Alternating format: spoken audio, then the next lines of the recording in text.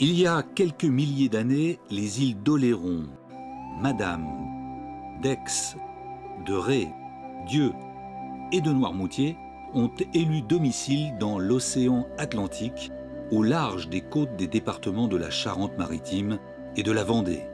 Chacune présente une personnalité bien affirmée et toutes se plaisent à afficher leurs sites naturels exceptionnels, leur patrimoine bâti, chargé d'histoire, leur faune variée et leur flore haute en couleurs.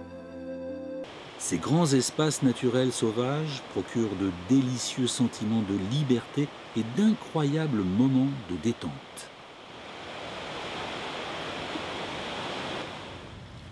La Cotinière est le premier port de pêche de la Charente-Maritime.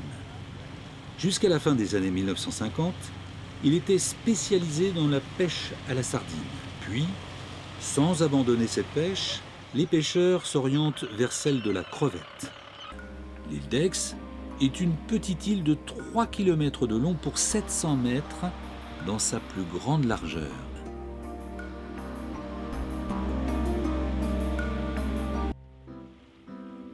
La plus petite île du littoral de la Charente-Maritime est l'île Madame.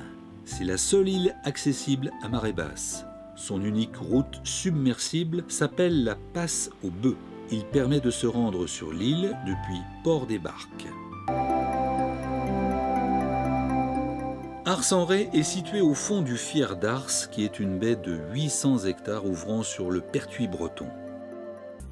Depuis la plage de la Loge jusqu'à la plage de la Patache, qui se baigne dans le Fier d'Ars, se situent de superbes plages de sable fin.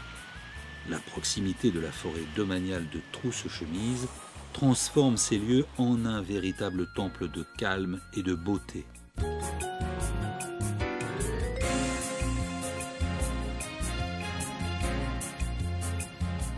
Le port de Saint-Martin-de-Ré et la place étendue qui le borde sont surveillés par les ruines impressionnantes de l'église Saint-Martin. Située à une vingtaine de kilomètres au large de la côte vendéenne, l'île Dieu est l'île française de la côte atlantique la plus éloignée du continent. Sur toute la côte ouest de l'île, depuis la pointe du But jusqu'à la pointe des Corbeaux au sud, la côte sauvage est impressionnante, saisissante. Elle offre aux randonneurs un festival de rochers, de falaises, de criques qui émerveillent à chaque pas.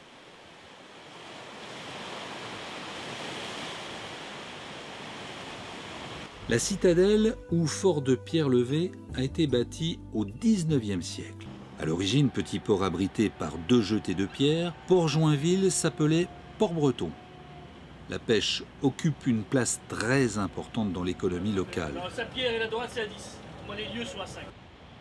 Le port de la Meule, situé à l'embouchure d'un vallon, est un joyau naturel. Il est abrité derrière d'imposants massifs rocheux.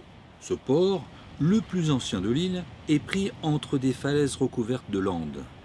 Jusqu'à Port-Joinville, plus de 6 km de plage se succèdent et sont séparés par quelques pointes rocheuses. La diversité contribue aussi à la beauté de cette île où chacun trouve avec bonheur ce qui lui convient pour vivre un séjour hors du commun.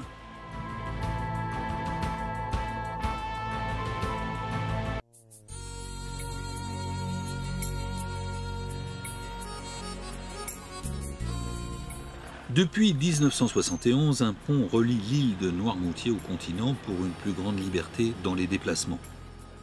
Auparavant, le passage du Gois, chaussée submersible d'un peu plus de 4 km, était le seul moyen de communication entre l'île et le continent. Le château est situé près des marais de Muhlenburg.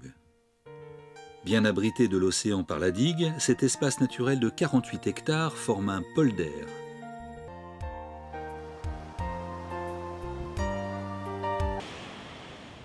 Édifié en 1866, dans le bois de la Chaise, le phare est sur le plateau dominant la plage des Dames.